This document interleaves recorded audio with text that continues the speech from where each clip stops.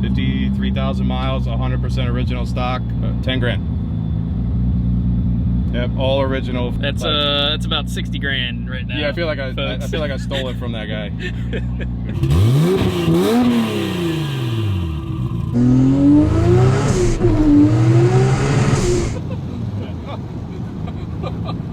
Body This part thing just flying racked off. me in the nuts. Yeah. What's up guys, Javier from That Racing Channel. Welcome back to another episode. Today we're featuring Jordan's RX7, but it's not your ordinary RX7. It's been swapped with a 2JZ. It makes 1200 wheel horsepower. This is going to be sick. Let's go check it out.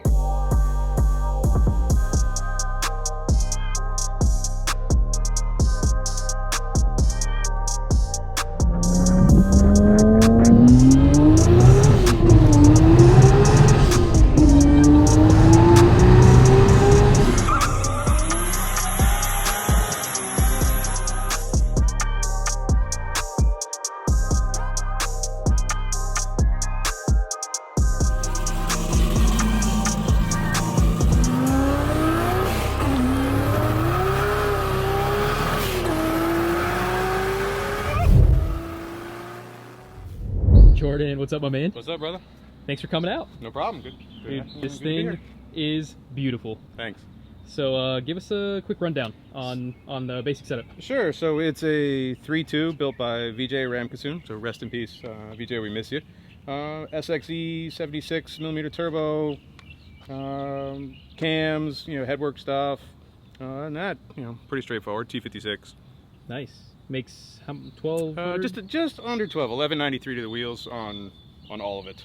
Man, that is a lot of power for this chassis. Yeah, These things don't weigh very much. It boogies.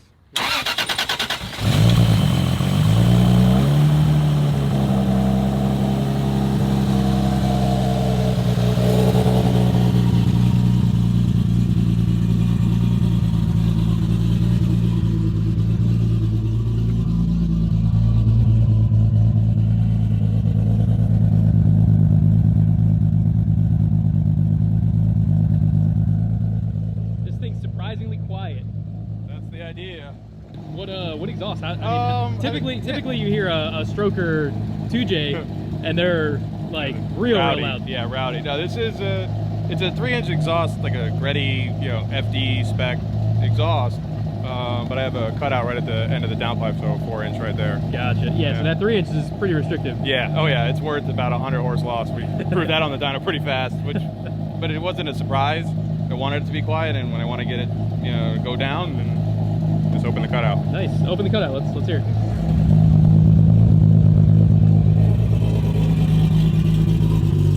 Oh yeah.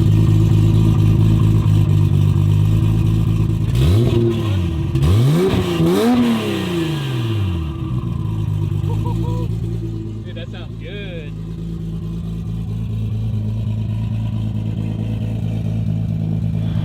All right, guys. So we couldn't tease the nice black Supra in the background and not give you a quick rundown on it. What's up, Roger? Hey man, what's going on? Great to see you, man. Yeah, man. How you been? Good. Yeah. So it's nice to finally see the black beast on the channel. Cool. It's been a while. It's been a while since we've seen it, and we've seen this car. I mean, I want to feel like we've been seeing it for the past 10 years, and it makes stupid power. It's so clean. Go ahead and pop the hood for us and give us a rundown.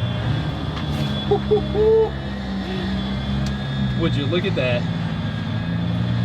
What size turbo is that? So it's a 8896 T6 BW, obviously. That's a big ass turbo. And it's on a divided PHR manifold that Sam and the guys over there spent a lot of time. I literally had to send them all the parts and mock it up on an RHD car. So you built the car around the turbo? Pretty much. Well, the third or fourth rendition of building the car around the turbo. For sure. And then I had Sam and them make also a 5-inch downpipe from PHR. So yeah. It's made north of 1450 without nitrous. Honestly, I'm probably a little afraid of the nitrous. Maybe just to do a number. Jordan, who you were interviewing earlier, is actually the tuner for the car. It's on an MS Pro Ultimate. Jordan's the man when it comes to that kind of stuff. So, I mean, other than that, I can't say much about it. It's fun. You go out and have fun with it. It's a V160 car? V160. Awesome.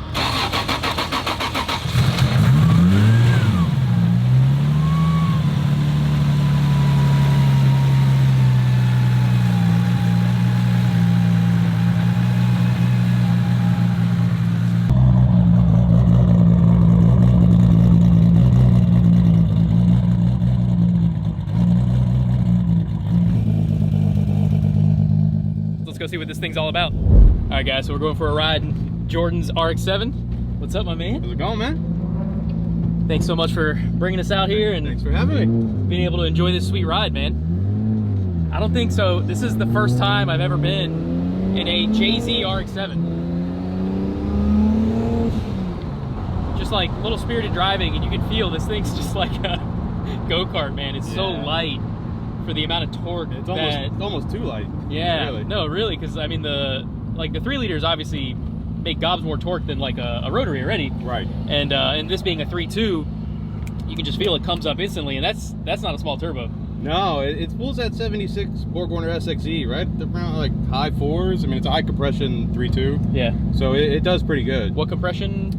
It's a flat top 10.5 to 1 piston, but then you had the stroke on top of it, so Yeah. it's up there. Wow. You said it's running traction control? Yeah. So Megasport Pro Ultimate. It's got front, rear, speed sensors.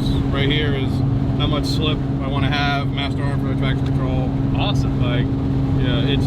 I'd imagine with a light platform like this, you'll need it. Yeah, like I didn't think I would as much. Yeah, you boost by gear and all that sort of stuff, but yeah, I'll show you. We can turn it off and you'll see the difference. So it's definitely a party.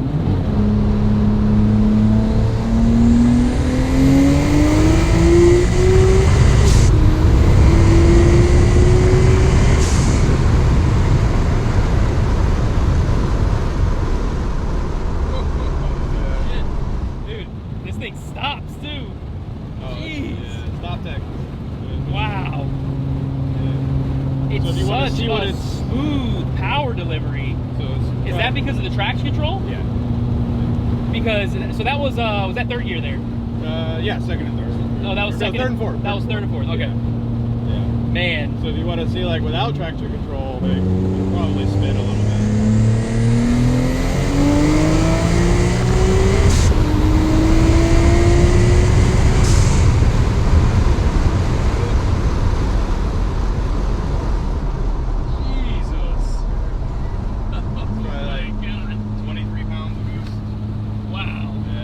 No traction control.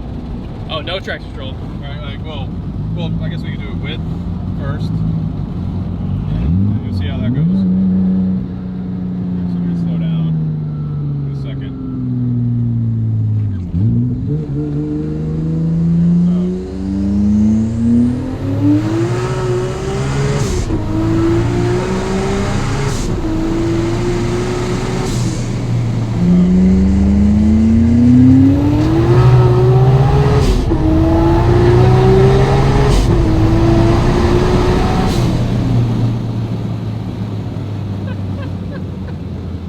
So you see the difference that the restriction, the exhaust makes, the 3-inch exhaust? At least 100 horsepower. Yeah. You know, we tested it at STB, Sheffield. Dude, this thing is so freaking cool. It's fun to drive now. Like. I think I might have found my new favorite JZ swap platform. Like for a street car, Yeah. this is like perfection, dude. Like when Holy I moly! finally got it together. Since December, I put more miles on this than I have my truck, my daily driver truck. I know why. Yeah, it's been. Dude, the street out. manners are really good. It cruises and drives like a factory FD. This is. I honestly didn't know what to expect. I thought we were gonna go out, just blow the tire, finally get traction and forth. That's And not the way that you set this car up, it's so streetable and so much fun. And it's not like, you know, a lot of people will downsize the turbo and, you know, have a smaller turbo, turn the boost down to make it fun on the street. But this thing lights up and it's got top end. Yeah. Wow, killer job, man. Thanks, man. So it still could use a bigger tire than it's got right now, than the Nittos. To put more down. It does really well on them. Yeah, I mean, it's still only probably around, what, 8, 9 in that range.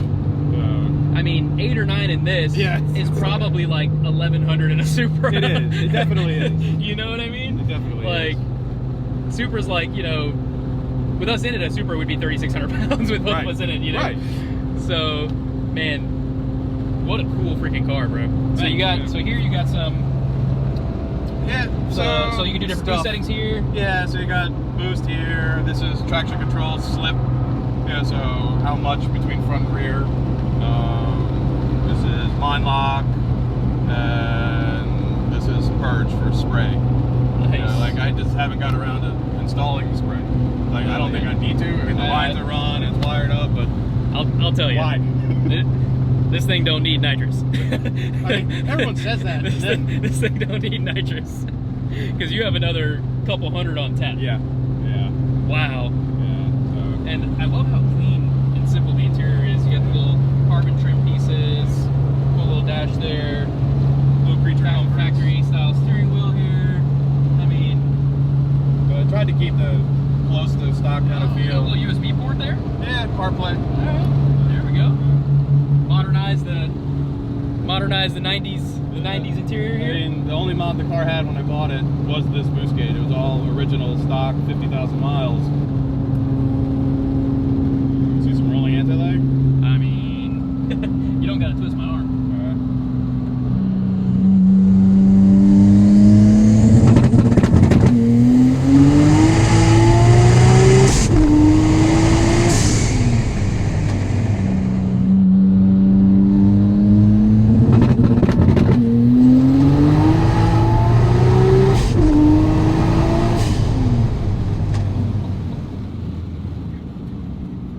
Feel the traction control? Yes. Yeah. But it's not, honestly, it's not too aggressive, right? Like, Like you have to listen closely. Like you'll hear the boost come down or pull some timing out, or like try to bring it back. But it does the job. It's not aggressive. It does it so Right. smoothly that you don't feel it, right? Like some traction controls, you'll just hear like this cutting, you know, and it's, Yeah, like, it's very well, aggressive. This is very smooth. It makes it very linear and honestly 100% usable on the street. That's the best part, you know? Like a lot of that has to do also, suspension setup. That's all brand new, all solid back there. Sheffield STP, best alignment guys in the business. So you've got it going pretty I'll tell straight. you, a lot of work.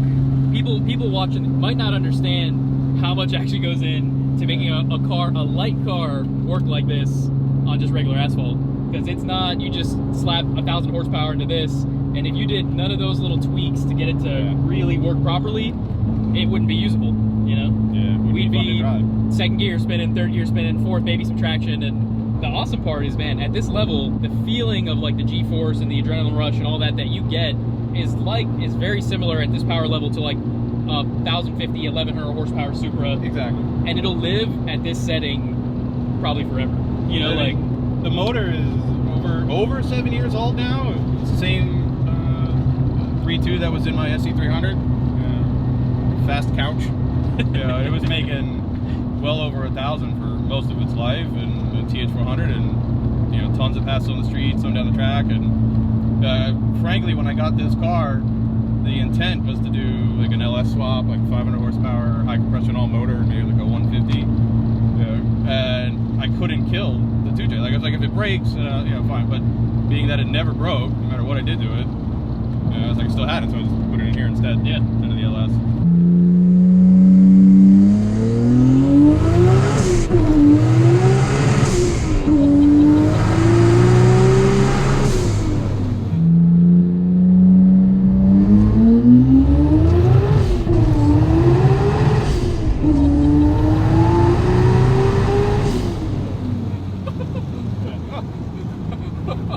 That's pretty solid. my man, this thing gets a massive TRC approved stamp. Dude, this thing hauls ass. Dude, even with the traction control off, it just hazes them a little bit. Yeah. And just boogies, dude. Holy shit. Body This part thing just flying racked off. me in the nuts. Yeah. Damn, sorry. Oh man. That's not the way. That you know fast when all your dash is flying off and hitting people. What a cool, well-rounded car, brother. Thanks, man. All right, you're making me want one now. What happened to that TRC budget build? I don't know. They don't know about that one yet. I will say, I ride in so many different types of cars, and we're lucky enough to experience like almost anything under the sun. JZ RX7. That's where it's at. I mean, all you purist rotary guys are probably not gonna like this video, but I will say, everyone knows TRC. We're 2J holics.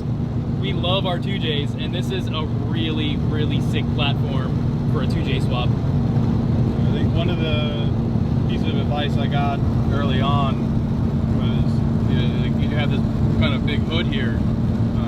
2J's tall, right? Like a 1J would fit better, in here for sure, even a K. But in order to do something about that, you either go try some or have to lower the steering rack and do bump steer kit. And everybody I talked to who did that, like, they absolutely regretted it. Destroyed the handling of the car, all that sort of stuff. So we kept the steering rack in the stock place with the Tech 2 subframe kit and their hood. So you kind of need the clearance, but it keeps the handling characteristics. It's one of the reasons, like the RX7 is kind of famous, right? Yeah. The handling. You don't want to, destroy that. I absolutely love that you went into this project with that mindset, because most guys will stick a fat tire in the back and just worry about the A to B, but you made it all work, really. Yeah. Really cool, man. It's a low mile car, right? 53,000 miles. 53,000 miles. Yeah. I'm sorry, RX7 purists. Yeah, I feel bad about that.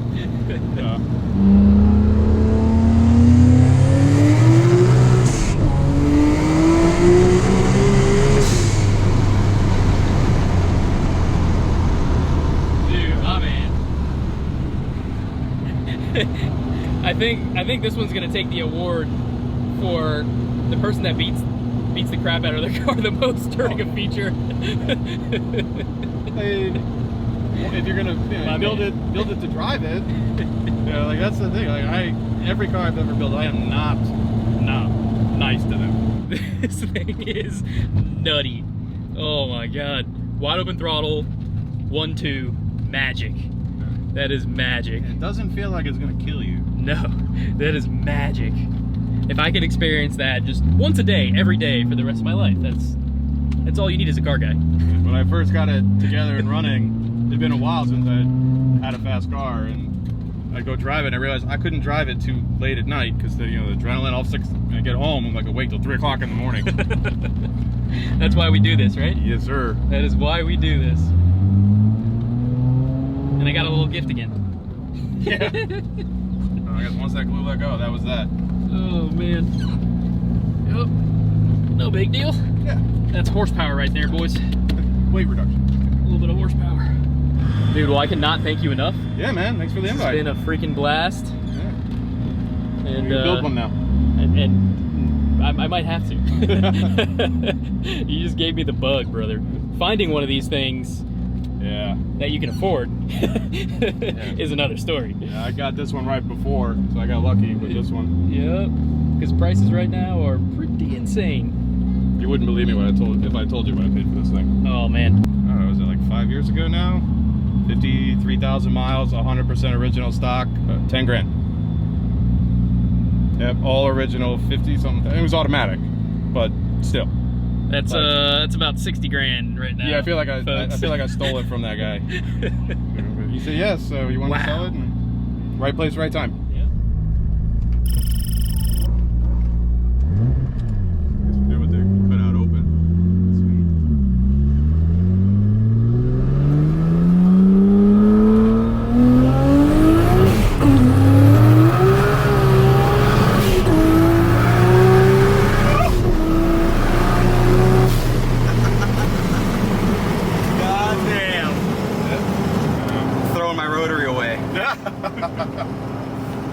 So, something else I wanted to mention I didn't do before.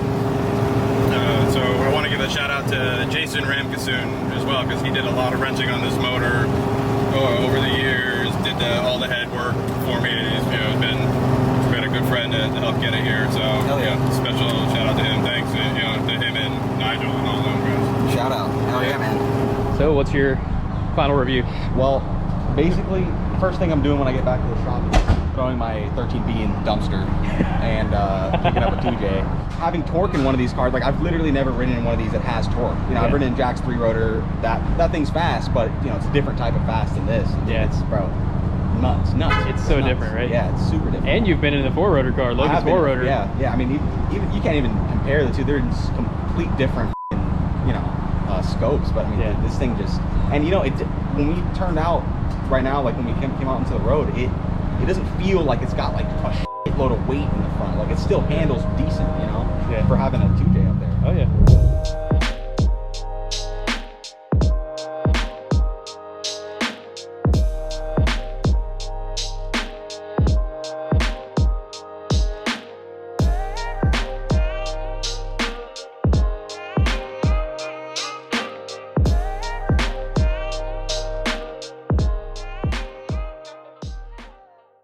Hey, my name is Jordan Tuckband. This is my 1994 Mazda RX7 with a 2J swap. So as far as modifications go, it's a fully built 2J 3.2 aluminum rod motor put together by VJ Ramkasoon from Big Daddy Performance. Rest in peace, dude. We miss you. The head is porta polish, Ferrera valve train, EC280 cams, Borg-Warner SXE 76mm turbo, custom twin gate manifold from BPA, T56 Magnum with RPS triple strapless, sent down to an 8.8. That whole drivetrain setup from Joel Granis works great. Yeah, so as far as the internals on the bottom end, same setup that a lot of people run, the track, 1700 horsepower, mid 7-second cars, concreted and stuff. Hopefully next week, it'll be about time to get the AC hooked up. I need to collect a few more parts for that, but that heat's coming, so this is a street car. Ignition systems, R35 coils, individual EGTs, stock throttle body, just a slightly modified plenum with something a little bit bigger than stock. ECU in this car is a Megasport Pro Ultimate. I tune it myself. I've been tuning for a long time. Does basically everything I need it to do. It's got individual EGTs, traction control, boost control, nitrous for if things want to get real serious. Everything that you would need from a modern ECU type setup, and you can't beat it for the value. As far as the fuel system in the car, went with the Radium Engineering. They have a triple 450 drop-in surge tank that goes right in the tank of the FD. It's actually a really, really sweet setup. I was a little skeptical to see how far I could take it, but we made just under 1200 wheel and about 42 pounds, and no issues, on E85.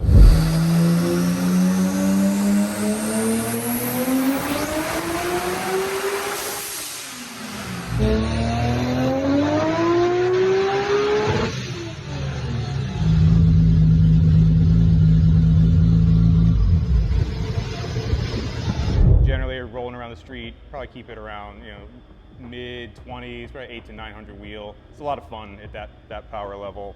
The car I had before this was an old 92 Lexus SC300. It was a pretty fast couch, and this is the motor from that car, so it's about 7+ years old. And I wanted something that would be a little bit more fun to drive, something that could do something more than just go in a straight line. So when putting this together, the suspension, the bushings, trailing arms, traction, all that sort of stuff was an important part of the build that I wanted to make sure to keep an eye on. So when you drive it, it was fun to drive. So 8.8 rear end, Drive Shaft Shop Pro axles, all the subframe stuff is pretty solid back there. So it's another reason it tracks pretty straight. Because the idea is this is a street car. Like I said earlier, I want to have AC. Hopefully get that going next week, and have all the creature comforts. It's got a stereo system, a CarPlay in it. Hopefully AC, traction control. It's something that my wife could start up and drive. Not that she would want to. I've tried, not having it, but you could. It has street manners to it. The story with this car is probably close to about 5 years ago. I was on my way over to STP Motorsports to tune a car, and I had been kind of looking for an FD shell at the time for a while. I wanted to do like a LS swap and build that. And I show up to the dyno at STP, and I'm just chatting with Sheffy there. It's like, yeah, I'm looking for an FD. If you know anybody who's got one for sale. And he says, as a matter of fact, he said, you're probably going to buy like that one. And it was literally parked right outside his shop. It's a car that he had been working on for like 10 years. It's a 94. I'm the third owner on it. The first owner, she had it for 94 to 97, sold it to this older Italian gentleman and he had it from 97 all the way up until when I bought it. People remember, at least down here, the Tower Shops meets on Friday night. He would literally just drive it there and park it and sit out there like in a little folding chair. And that's pretty much all he did with the car. So it had just over 50,000 miles, and at that point in time, my SE was still, running around, driving it a lot at the time. So this kind of just sat parked in the garage with the cover under it for a couple years. All stock, original 13B, automatic, like never touched. The 2J never broke in the SE, despite my best efforts.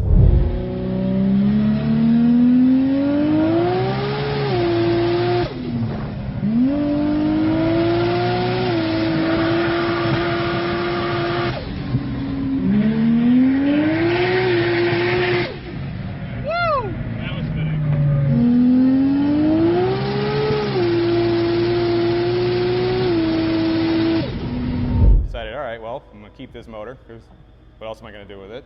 Started looking at, all right, well, instead of doing a V8 in here, see what it's going to take to do the 2J. I was a big fan of Joel Grandis's black FD with the 2J swap and a V160. I tried to buy his car, frankly. I was like, I'll trade you this red one that's all stock plus cash and just get that one. And he wasn't going to have it. So we worked out a deal where I shipped the car up to him.